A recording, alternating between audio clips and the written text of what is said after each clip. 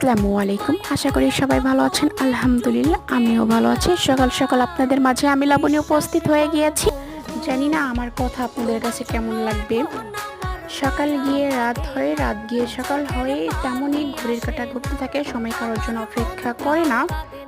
আমার কথাগুলি কে কিভাবে নেবেন আমি জানি না।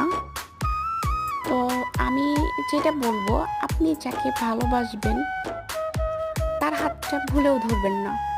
কেন জানেন? সে ব্যক্তিটা হয়তো 2 দিন পরে আপনাকে ছেড়ে চলে যাবে। যে ব্যক্তি আপনাকে ভালোবাসে, আপনাকে পাওয়ার জন্য সে চোখের পানি ফেলে, আমি মনে করবো সেই ব্যক্তিটা হাত ধরেন। আপনাকে হয়তো ভরপুর টাকা দিতে পারবে না, কিন্তু ভালোবাসা দিতে পারবে, সম্মান দিতে পারবে, একটা বিশ্বাসটা হাত ধরেন। আমি আপনাদের এইটাই বলবো যে আপনাকে ভালোবাসে, আপনাকে